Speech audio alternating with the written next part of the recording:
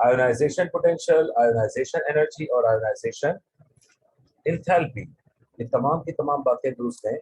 किसी एटम को gaseous state में एनर्जी दे रहे हो, मिलाकर वो एटम सॉलिड से लिक्विड बना, लिक्विड से गैसियस स्टेट में गया और अपने आखिरी शेल के इलेक्ट्रॉन को रिलीज कर रहा है, 1, 2 या 3। बेटा ये एबिलिटी आमतौर पर मेटल्स की होती है। पीरियोडिक टेबल का ग्रुप नंबर 1 जानते हो मेटल्स हैं, 2 जानते हो मेटल्स है। लिहाजा ये मेटल्स जब आयन फॉर्म करते हैं तो इनको एनर्जी दी जाती है और ये अपना इलेक्ट्रॉन रिलीज कर देंगे, लूज कर देंगे। This amount of energy which is required for the loosely bounded electron from the valence shell of an atom in the neutral gaseous state is called ionisation energy और potential. आमतौर पर हम इसे किलोजूल्स में मेजर करते हैं, मगर एक और वैल्यू इलेक्ट्रॉन वोल्ट भी है। तो 1 इलेक्ट्रॉन वोल्ट पर एटम इज इक्वल टू 96.47 किलोजूल्स पर मोल। जब हमने एटम से एक इलेक्ट्रॉन रिलीज किया तो यकीनन उस पर प्लस का चार्ज आया। उसके बाद जब उसमें से एक और इलेक्ट्रॉन रिलीज करोगे तो उस पर प्लस का 2 चार्ज आ जाएगा। तो अगर एक इलेक्ट्रॉन रिलीज हुआ तो it is called first ionisation energy. फिर सेकेंड इलेक्ट्रॉन रिलीज करोगे तो +2 चार्ज आ गया, कैटाइन बनाया, it is called second ionisation energy. और जब 3 इलेक्ट्रॉन रिलीज किए गए, normally metals maximum 3 electron release कर सकते हैं। M1 first ionisation, M2 +2 second ionization, M+3 third ionization. Now, what are the factors affecting the ionization potential or ionization energy? बेटा जब हम किसी ग्रुप में ऊपर से नीचे की तरफ आते हैं, तो ऊपर से नीचे की तरफ आते हुए एटम का साइज बड़ा होता जाता है, तो न्यूक्लियस से इलेक्ट्रॉन का फासला जब बढ़ जाएगा तो इलेक्ट्रॉन को निकालना उतना ही आसान होगा।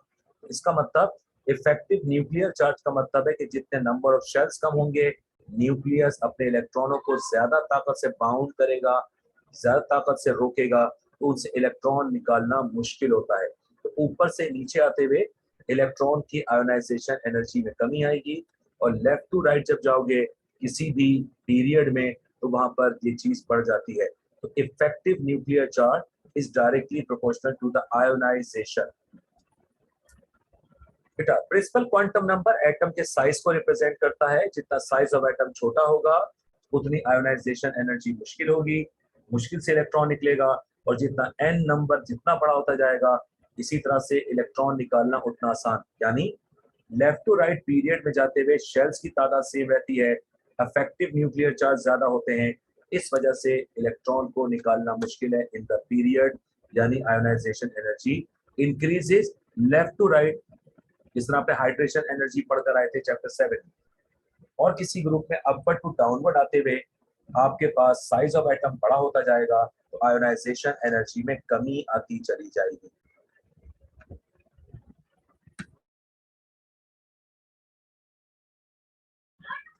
अब बेटा थर्ड नंबर है शील्डिंग इफेक्ट। शील्डिंग इफेक्ट के बढ़ने से आयोनाइजेशन एनर्जी कम होती चली जाती है। यानी न्यूक्लियस से इलेक्ट्रॉन की ताकत जितनी कम होती जाएगी, आयोनाइजेशन पोटेंशियल उतनी ही कम होती चली जाएगी। तो शील्डिंग इफेक्ट इसका रिवर्स है। शील्डिंग इफेक्ट का मतलब है इलेक्ट्रॉन को न्यूक्लियस अपनी ताकत से खींच रहा है, इस वजह से आयोनाइजेशन पोटेंशियल की वैल्यू में कमी आती चली जाएगी, तो इनवर्सली प्रोपोर्शनल कहलाएगा। ये नॉर्मली टॉपिक शॉर्ट नोट की शक्ल में बनता है। Ionization potential in the periodic table. Ionization energy decreases down the group in periodic table due to increase in atomic size or increasing number of orbit. Beta, therefore, valence electron becomes less firmly bound with nucleus and their removal is very easy. लेकिन ionisation energy increase हो जाती है जब मैं left to right किसी period में बढ़ूंगा। तो जैसे जैसे हम लेफ्ट टू राइट पीरियड में बढ़ते हैं, एटम का साइज छोटा होता जाएगा, और जब एटम का साइज छोटा होगा तो इलेक्ट्रॉन निकालना मुश्किल हो जाएगा। अब हमारा अगला कंसेप्ट इलेक्ट्रॉन एफिनिटी, तो इसी के अपोजिट है। पहले हम उसके मुतालिक बात करेंगे, फिर वापस आएंगे इलेक्ट्रोनेगेटिविटी पर। इलेक्ट्रॉन एफिनिटी अपोजिट है आयोनाइजेशन एनर्जी का। आयोनाइजेशन एनर्जी मेटल्स की वो एबिलिटी है कि जब मेटल को पॉजिटिव आयन बनाते हैं तो उनसे इलेक्ट्रॉन रिलीज करेंगे, तो जब इलेक्ट्रॉन निकालना पड़ेगा तो उसको एनर्जी देनी पड़ेगी। अब ये उल्टा है, इलेक्ट्रॉन एफिनिटी में जब इलेक्ट्रॉन एटम एक्सेप्ट करता है तो एटम से कुछ एनर्जी रिलीज होगी. The amount of energy which is released during the absorption of electron और electrons in a non metal atom in gaseous state is called electron affinity. तो atom से electron निकालने के लिए एटम को एनर्जी देनी पड़ती है, दिस कॉल्ड आयोनाइजेशन एनर्जी. और एटम जब नॉन मेटल इलेक्ट्रॉन एक्सेप्ट करता है तो अपने एटम से कुछ एनर्जी रिलीज करेगा. तो इसका मतलब इलेक्ट्रॉन एफिनिटी नॉन मेटल की एबिलिटी है क्योंकि वो नेगेटिव आयंस फॉर्म करते हैं bye absorbing the electron. Metals की एबिलिटी है आयोनाइजेशन एनर्जी, जब वो पॉजिटिव आयन बनाएंगे एनर्जी एक्सेप्ट करते हैं, एब्जॉर्ब करते हैं और इलेक्ट्रॉन रिलीज कर देंगे, which is called ionisation energy. और जब एटम में इलेक्ट्रॉन आता है तो जब एटम इलेक्ट्रॉन एक्सेप्ट करेगा तो अपने एटम से कुछ अमाउंट ऑफ एनर्जी लाजमी तौर पर रिलीज करेगा. इस रिलीज अमाउंट को नाम देंगे इलेक्ट्रॉन एफिनिटी.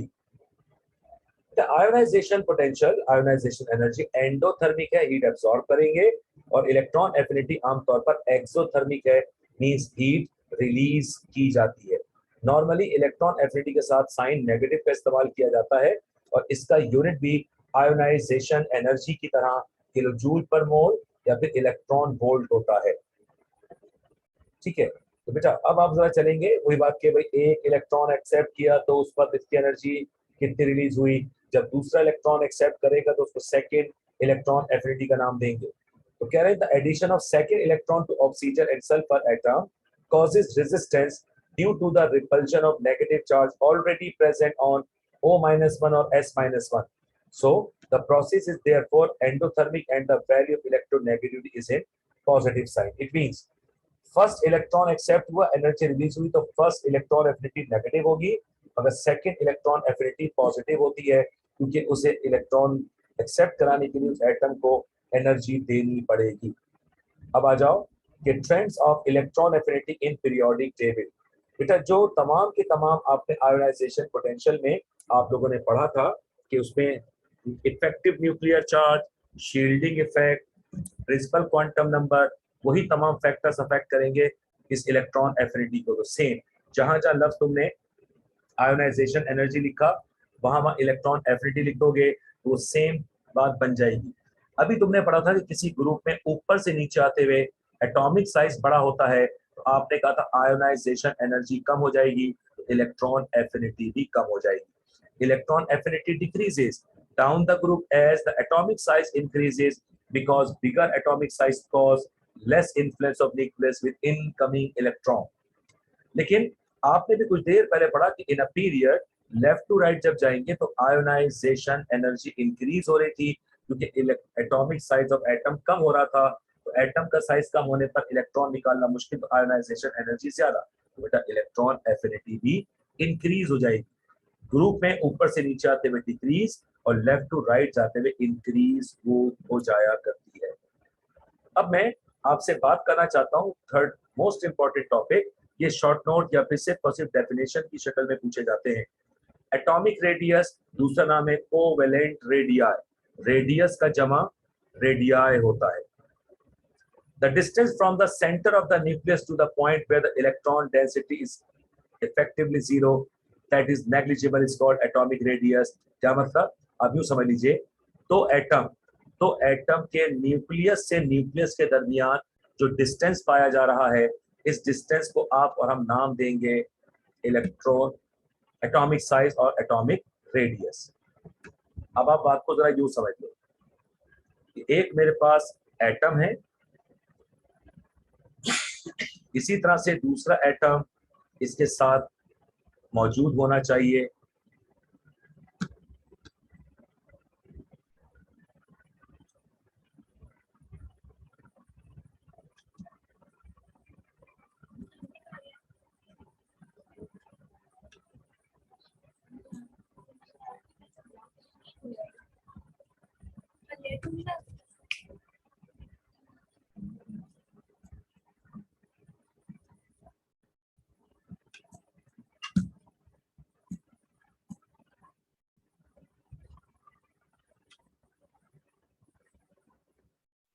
फर्ज कर लो ये दो एटम एक दूसरे के साथ एटम जुड़े हुए हैं, तो आप और हम एटॉमिक रेडियस को कैसे कंसीडर करेंगे। बेटा इसके सेंटर से लेकर इसके सेंटर तक का डिस्टेंस नाप लिया जाए और इस आने वाले डिस्टेंस को हाफ कर लोगे तो आने वाला ये हाफ डिस्टेंस इस एटम का एटॉमिक रेडियस या फिर कोवेलेंट रेडियाई कहलाएगा। तो बेटा देखें अदर वर्ड्स में आपको ये चीज लिखी हुई नजर आ रही है। एक तो आपने ऊपर एक डेफिनेशन पढ़ी कि the distance from the centre of the nucleus to the point where the electron density is effectively zero is called atomic radius. तो आप इस बात को आपने एग्जाम में ये नहीं लिखना, आप ये वाली डेफिनेशन को लिखिएगा। It is the half of the distance between the nuclei of two adjacent atoms in solid state.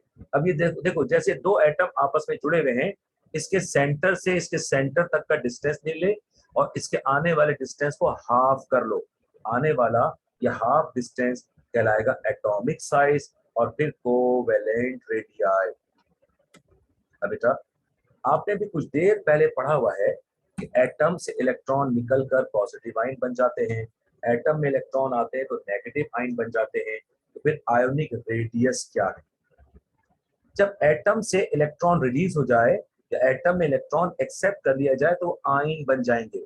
The distance between the nucleus of an ion and the point where the nucleus exerts its influence on the electron cloud is called ionic radius. आम जबान में सादी सी जबान में बात को समझ लो, सीख लो। अब मिसाल के तौर पर फर्ज कीजिए इस एटम ने कोई पॉजिटिव चार्ज रिटेन कर लिया और इस पर एक पॉजिटिव चार्ज आ गया।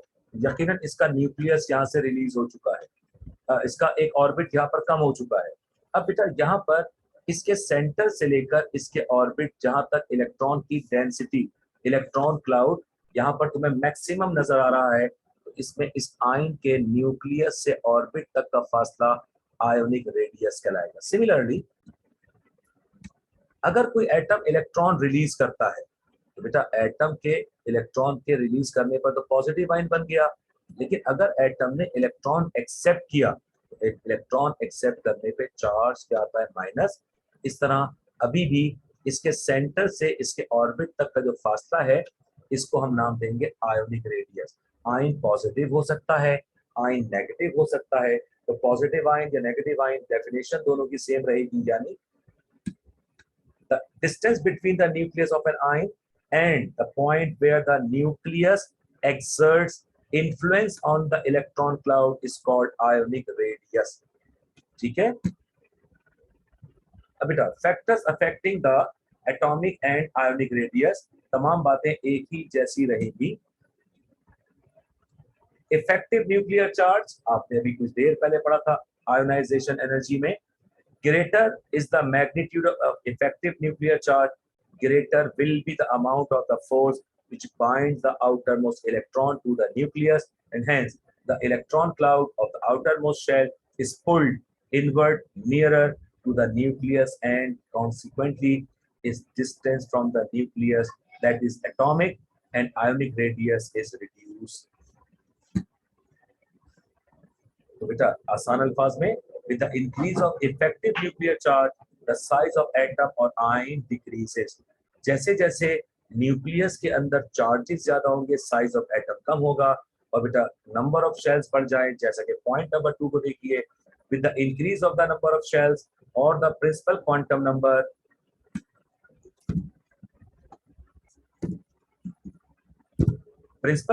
number the atomic and ionic radii increased। ऊपर से नीचे आप आएंगे ग्रुप में तो एटम का साइज, आयन का साइज बढ़ता जाएगा। लेफ्ट टू राइट बेटा चलते चले जाएंगे हम किसी पीरियड में तो एटॉमिक साइज और आयोनिक साइज छोटा होता चला जाता है। अब एक रीजंस के तौर पे बात पूछी जाती है, इसको आपको याद करने की जरूरत नहीं है कि cations are smaller than their atom. तो सिंपल सी बात है कि जब बेटा एक इलेक्ट्रॉन एटम से निकल गया तो शेल कम हो गया, तो size of cation, positive ion, size में कम हो जाएगा। लेकिन जब कोई एटम इलेक्ट्रॉन एक्सेप्ट करता है, नेगेटिव आयन बनाता है, तो उस नेगेटिव आयन को आप एनाइन कहते हो। इलेक्ट्रॉन के आने पर रिपल्शन बढ़ जाएगी इलेक्ट्रॉन्स की, तो एक दूसरे को दूर करने की कोशिश करेंगे। नतीजतन नेगेटिव चार्ज वाला आयन एनाइन का साइज बड़ा होगा, अपने एटम से बड़ा होगा, यानी न्यूट्रल नॉन मेटल एटम का साइज छोटा और जब ये नॉन मेटल इलेक्ट्रॉन एक्सेप्ट करेगा, एनाइन बनाएगा, तो बेटा इसका साइज बड़ा हो जाएगा। लेकिन जब पॉजिटिव चार्ज आयन होगा, तो ये पॉजिटिव चार्ज आयंस अपने स्मॉलर साइज में होंगे देन देयर एटम्स। तो कैटायंस, क्योंकि जब इलेक्ट्रॉन निकल गया, ऑर्बिट खत्म हो गया, तो साइज ऑफ आयन छोटा हो जाया करता है। ठीक है, अब मैं आपको ये चीजें एक वीडियो क्लिप के जरिए आपसे डिस्कस करना चाहता हूँ। और हाँ, इस चैप्टर का एक टॉपिक अभी बाकी है जिसका नाम है बेटा रेडियो एक्टिविटी। यहाँ पर देखकर चीज याद कि नेचुरल रेडियो एक्टिविटी क्या है और फिर आर्टिफिशियल रेडियो एक्टिविटी इंशाल्लाह ये कल की क्लासेस में आपसे डिस्कस करेंगे। और चैप्टर नंबर 3 इंशाल्लाह ये चीज जल्द से मुकम्मल हो जाएगी। मगर अभी मैं आपको एक चीज और डिस्कस करना चाहता हूँ जिसका नाम है इलेक्ट्रोनेगेटिविटी। रिकॉल कर दूं, आयोनाइजेशन एनर्जी क्या है? एटम से इलेक्ट्रॉन निकालने के लिए एटम को एनर्जी दी, तो वो अमाउंट ऑफ एनर्जी जो एटम एक्सेप्ट करेगा, it is called ionisation energy और आयोनाइजेशन पोटेंशियल। एटम में इलेक्ट्रॉन एब्सॉर्ब हुआ तो एटम एनर्जी रिलीज करेगा, it is called electron affinity. Electron affinity exothermic heat exit करेगा, हीट रिलीज करेगा, एनर्जी रिलीज करेगा, जबकि एंडोथर्मिक होता है आयोनाइजेशन एनर्जी। तो half of the distance between the nucleus of two adjacent atom in the solid state, इसको नाम दिया था एटॉमिक साइज और कोवेलेंट रेडियाई। अब है कहानी जिसका नाम है इलेक्ट्रोनेगेटिविटी। What is electronegativity?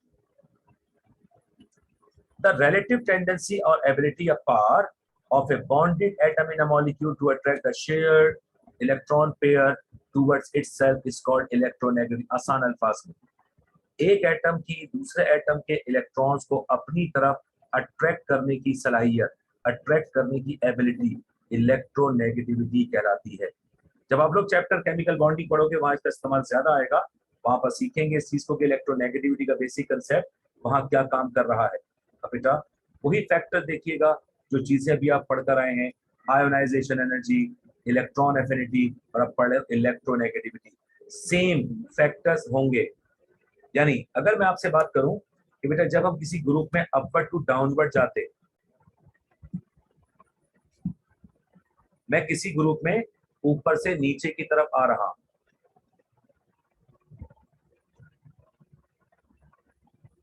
बेटा ऊपर से नीचे आते हुए याद रखिएगा ये चीज क्या होगी, ऊपर से नीचे आते हुए डिक्रीज होंगी क्या क्या?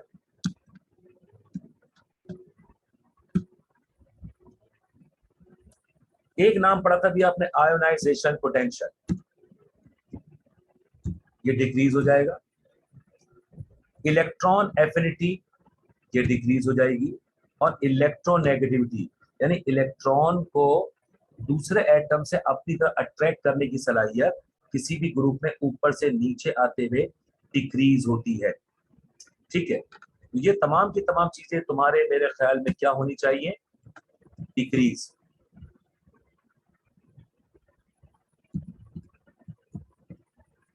तो आयोनाइजेशन पोटेंशियल किसी ग्रुप में ऊपर से नीचे आते हुए कम हो जाती है, वजह सिंपल सी है कि एटम का साइज बड़ा हो जाएगा, इफेक्टिव न्यूक्लियर चार्ज में कमी आ जाएगी, ये सब की सब चीजें कम हो जाती हैं। अब जरा इसके अपोजिट काम को जरा सोचते हैं, देखते हैं। बेटा इसे कहा जाता है period.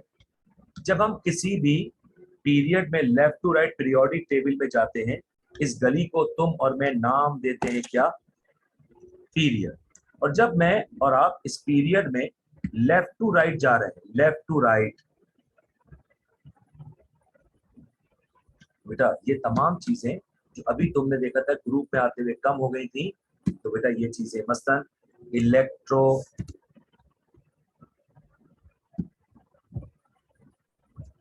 Ionisation potential, electron affinity, electronegativity, ये सब की सब इंक्रीज हो जाएंगी। तो बेटा पीरियड में IPEA अन्नी ये सब की सब इंक्रीज होंगे और ग्रुप में ऊपर से नीचे आते हुए ये तमाम चीजें डिक्रीज। मगर एक चीज, एक और भी तो बात है। अब वो बात क्या है जरा सुनना। एटॉमिक साइज इंक्रीज हो जाता है। कहां? जब हम किसी ग्रुप में ऊपर से नीचे आएंगे बेटा क्या चीज इंक्रीज हो जाएगी? Atomic size increase top to bottom in a group, मगर आईपी, ईए और ईएन डिक्रीज। जिस तरह आईपी, ईए, ईएन इंक्रीज हो रहे हैं left to right in a period, बेटा इसी तरह एक और चीज इंक्रीज होगी, और वो क्या डिक्रीज होगी? वो क्या है? Atomic size, atomic radius decrease होगा लेफ्ट टू राइट। इस तरह ये रिलेशन याद रखो कि atomic size decreases left to right in a period, मगर आईपी, ईए, ईएन इंक्रीजेस। किसी भी ग्रुप में ऊपर से नीचे आते हुए एटॉमिक साइज इंक्रीज होता है, वजह साइज ऑफ एटम बढ़ रहा है क्योंकि नंबर ऑफ शेल्स इंक्रीज हो रहे हैं, मगर ऊपर से नीचे आते हुए आयोनाइजेशन पोटेंशियल, इलेक्ट्रॉन एफिनिटी और इलेक्ट्रोनेगेटिविटी डिक्रीज हो जाते हैं क्योंकि साइज ऑफ एटम बढ़ रहा है। बेटा जब ये चीजें डिक्रीज होंगी तो ये चीज बढ़ती है, या यूं समझ लो कि ये चीज इंक्रीज हो रही है, ये तीनों फैक्टर डिक्रीज हो जाते हैं। इसके बरक्स atomic size left to right जाते हुए डिक्रीज होता है क्योंकि न्यूक्लियस में पाए जाने वाले प्रोटॉन इंक्रीज होते हैं, न्यूक्लियस की ताकत अपने इलेक्ट्रॉन पे ज्यादा लगती है, इस वजह से ionisation potential, electron affinity, electronegativity ये सब की सब इंक्रीज होंगी left to right in a same period because atomic size, atomic radius, covalent radii decreases. अब आपने ये बात देखी कि effective nuclear charge, principal quantum number का बढ़ना साइज ऑफ एटम के बढ़ने से, और अभी तुमने पढ़ा था कि शील्डिंग इफेक्ट के बढ़ने पर इलेक्ट्रोनेगेटिविटी डिक्रीज हो जाती है। तो बेटा इलेक्ट्रोनेगेटिविटी डिक्रीज होगी शील्डिंग इफेक्ट के बढ़ने से, आयोनाइजेशन एनर्जी डिक्रीज होगी शील्डिंग इफेक्ट के बढ़ने से, इलेक्ट्रॉन एफिनिटी और इलेक्ट्रोनेगेटिविटी भी डिक्रीज होती है शील्डिंग इफेक्ट के बढ़ने से। तो शील्डिंग इफेक्ट और इलेक्ट्रोनेगेटिविटी, शील्डिंग इफेक्ट और आयोनाइजेशन एनर्जी, शील्डिंग इफेक्ट और इलेक्ट्रॉन एफिनिटी, बेटा इन तीनों का रिलेशन सेम है। शील्डिंग इफेक्ट बढ़ रहा है तो इलेक्ट्रोनेगेटिविटी कम हो रही है। सुन लो, शील्डिंग इफेक्ट का दरअसल यूं समझ लीजिए कि आपके नंबर ऑफ शेल्स के इंक्रीज होने पर न्यूक्लियस की अपने इलेक्ट्रॉनों के साथ ताकत में कमी तो आ रही है, मगर साइज, हजम, वॉल्यूम बढ़ रहा है। इसी को एटॉमिक साइज का दूसरा नाम शील्डिंग इफेक्ट के तौर पर हम डिस्कस कर सकते हैं। और जो बातें मैंने भी तुमसे कहां पर कही है, जो डायग्राम बनी हुई है, तो देख लो बेटा, top to bottom in a group electronegativity decreases because of increase in atomic size. ठीक है, electronegative increases from left to right in a period because of decrease in atomic size. तो लिहाजा electronegativity, ionisation energy, electron affinity, ये सब की सब चीजें decrease होती हैं किसी भी ग्रुप में ऊपर से नीचे, क्योंकि एटॉमिक साइज इंक्रीज हो जाता है, शील्डिंग इफेक्ट इंक्रीज हो जाता है। लेफ्ट टू राइट जाते हुए एटॉमिक साइज डिक्रीज होगा तो शील्डिंग इफेक्ट डिक्रीज होगा, तो बढ़ जाएंगी ionisation energy, electron affinity, electronegativity. तो शील्डिंग इफेक्ट दरअसल साइज ऑफ एटम का शेड कह लो, शेडो कह लो, कि वो कितना दूर तक अपनी डेंसिटी को जाहिर कर सकता है।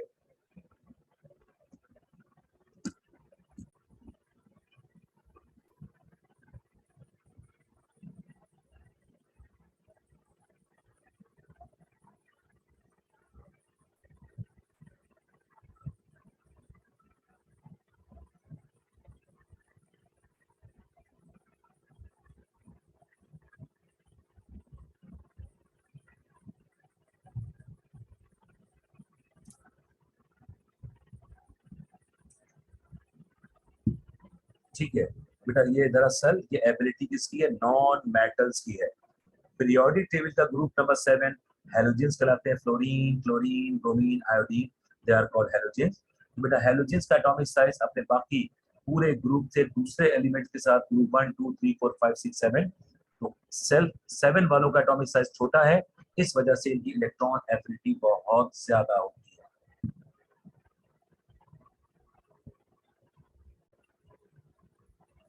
बेटा ये बात हो गई कि जब मैं लेफ्ट टू राइट किसी पीरियड में जा रहा हूँ तो अल्कली मेटल्स ग्रुप नंबर 1 है, 1 ए है, और हेलोजेंस ग्रुप नंबर 7। तो लेफ्ट टू राइट जाते हुए एटॉमिक साइज कम हो गया तो हेलोजेंस की इलेक्ट्रॉन एफिनिटी ज्यादा और ग्रुप नंबर 1 अल्कली मेटल्स की इलेक्ट्रॉन एफिनिटी सबसे कम। अब हम आपके साथ एक और चीज शेयर कर रहे हैं, एटॉमिक रेडियस की बात। अच्छा चले पहले आयोनाइजेशन एनर्जी को देखो।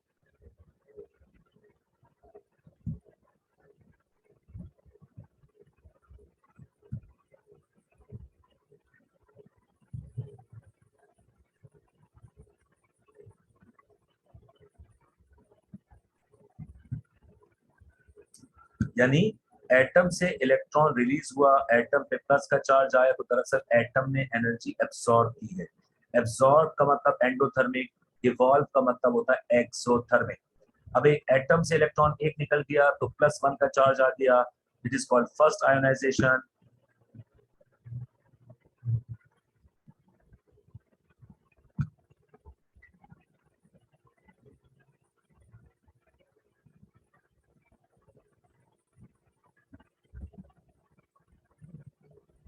अब बेटा एटम से 2 इलेक्ट्रॉन रिलीज हो गए, पहले +1 आया, अब प्लस का 2 चार्ज आया, this is called second ionisation energy. Electron affinity में इलेक्ट्रॉन एटम ने गेन किया तो एनर्जी रिलीज हुई एक्सोथर्मिक।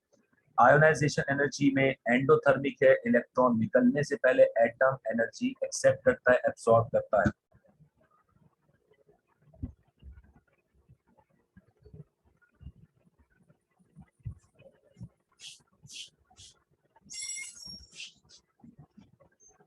ठीक है, लिहाजा ये बात हो गई आयोनाइजेशन एनर्जी, इलेक्ट्रॉन एफिनिटी। अब बात करेंगे एटॉमिक साइज और रेडियस।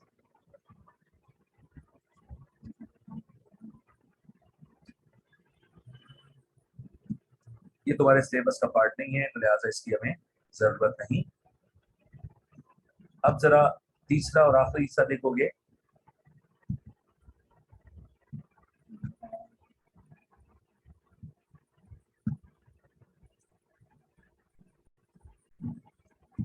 जी बेटा, एटम के न्यूक्लियस से ऑर्बिट तक का जो फासला है, इसे आप और हम क्या नाम देते हैं, एटॉमिक रेडियस। लिहाजा आज बेटा आप सबका बहुत शुक्रिया कि आपने डबल सेशन को ज्वाइन किया। तुम्हारे 4 टॉपिक कंप्लीट हो गए, ये लास्ट वीडियो है। उसके बाद मैं आपको अल्लाह हाफिज कहूंगा, कल की क्लास का टाइम कल बताऊंगा। देखो ये पीरियोडिक टेबल तुम्हारे पास मौजूद है, इसमें ये ग्रुप नंबर बेटा 1 alkali metals, group number 2 alkaline earth metals हैं, ये ग्रुप नंबर 3 4 5 6 7 8 तक गए हैं। इनसे मुताबिक जरा साइज ऑफ एटम के लेफ्ट टू राइट क्या होगा और अप एंड डाउन क्या हो रहा है, तो इसको जरा देखते हैं।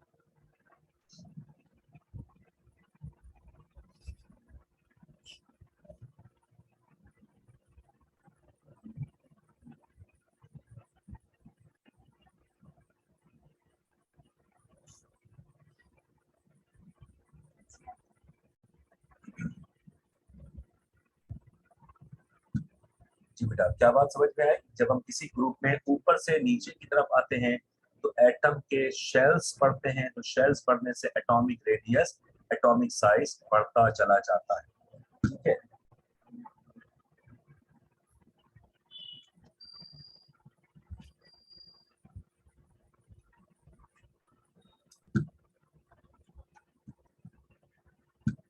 अब देखो यहाँ पर आपके पास ये चीज मौजूद है कि जब मैं ऊपर से नीचे की तरफ आ रहा हूँ तो एटॉमिक साइज क्या हो रहा है, बढ़ता जा रहा है।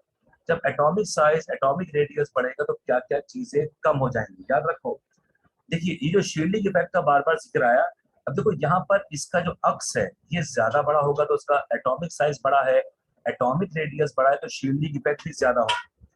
जब शील्डिंग इफेक्ट ज्यादा होंगे, electronegativity, ionisation energy, electron affinity किसी ग्रुप में ऊपर से नीचे आते हुए डिक्रीज होगी, क्योंकि साइज ऑफ एटम बढ़ रहा है, शील्डिंग इफेक्ट बढ़ रहे हैं, तो आयोनाइजेशन एनर्जी, इलेक्ट्रॉन एफिनिटी और इलेक्ट्रोनेगेटिविटी तीनों कम हो जाते हैं। अब मजीद हम ग्रुप की तरफ से निकलकर पीरियड की तरफ चलते हैं।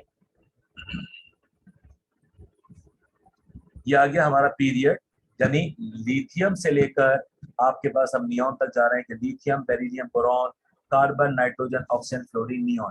इन सब में देखो बेटा बेशक शेल्स की तादाद 2 है, मगर उसके बावजूद साइज ऑफ एटम में कमी क्यों आ रही है, क्योंकि न्यूक्लियस के प्रोटॉन्स की तादाद बढ़ती जाएगी। देखिए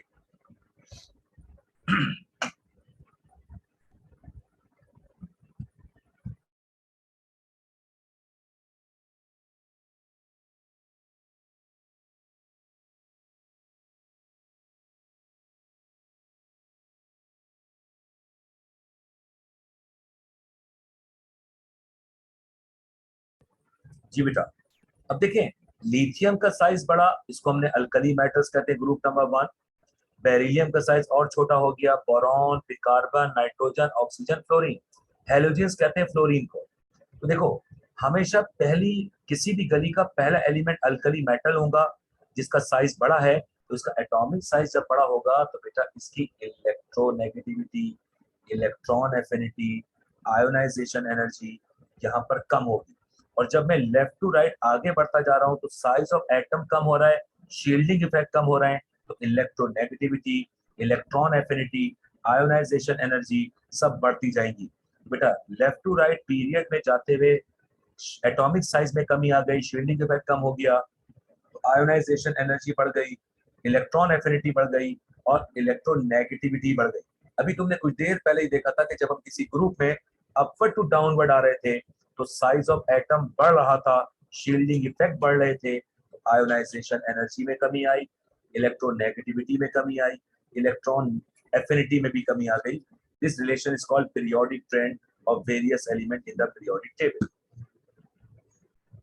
अब इस तरह से ये पीरियड नंबर 3 की तरफ जा रहे हैं, यानी बताने का मकसद है किसी भी पीरियड में लेफ्ट टू राइट जाते हुए देखो साइज ऑफ एटम क्या होता जा रहा है, छोटा होता जा रहा है, कम होता जा रहा है। बेटा जब साइज कम होगा, शील्डिंग इफेक्ट, साया कम हो जाएगा, साया कम हो गया तो electronegativity, electron affinity, ionisation energy बढ़ जाएंगी। साइज बढ़ा, इस सब चीजें कम, साइज छोटा, साया छोटा, तो आयोनाइजेशन एनर्जी, इलेक्ट्रोनेगेटिविटी और इलेक्ट्रॉन एफिनिटी सब बढ़ जाएंगी। लिहाजा ये सब चीजें इस चीज को रिप्रेजेंट कर रही हैं। ठीक है, तो बेटा ग्रुप इलेक्ट्रोनेगेटिविटी क्या है, इसके मुतालिक बात, तो ये दो चीजें जहन नशीन कर लोगे तो चैप्टर नंबर 7 में जो तुमने मैंने हाइड्रेशन एनर्जी पढ़ी थी, वहां पर भी ये काम तुम्हारे काम में आ जाएगा, इस्तेमाल होगा। यानी क्या चीज है, और से देखो, ये जो कहता है ना ऊपर से नीचे आते हुए हाइड्रेशन एनर्जी में कमी आ रही थी, बेटा इसका साइज छोटा है, पानी के मॉलिक्यूल्स ज्यादा उसको क्लोज करेंगे, इसका साइज ऑफ एटम बड़ा हो गया तो पानी के मॉलिक्यूल कम, तो फिर हमने कहा था हाइड्रेशन एनर्जी, हाइड्रोलिसिस कमी। अपवर्ड टू डाउनवर्ड आपने हाइड्रेशन एनर्जी चैप्टर 7 में कम पढ़कर आए थे। ठीक है, और लेफ्ट टू राइट गए थे, हमने कहा था एल्युमिनियम की ज्यादा है, उसके मुकाबले में कैल्शियम की, बेरिलियम की कम है। ये वो कंसेप्ट है जो आपके साथ आज हमने मुकम्मल किए।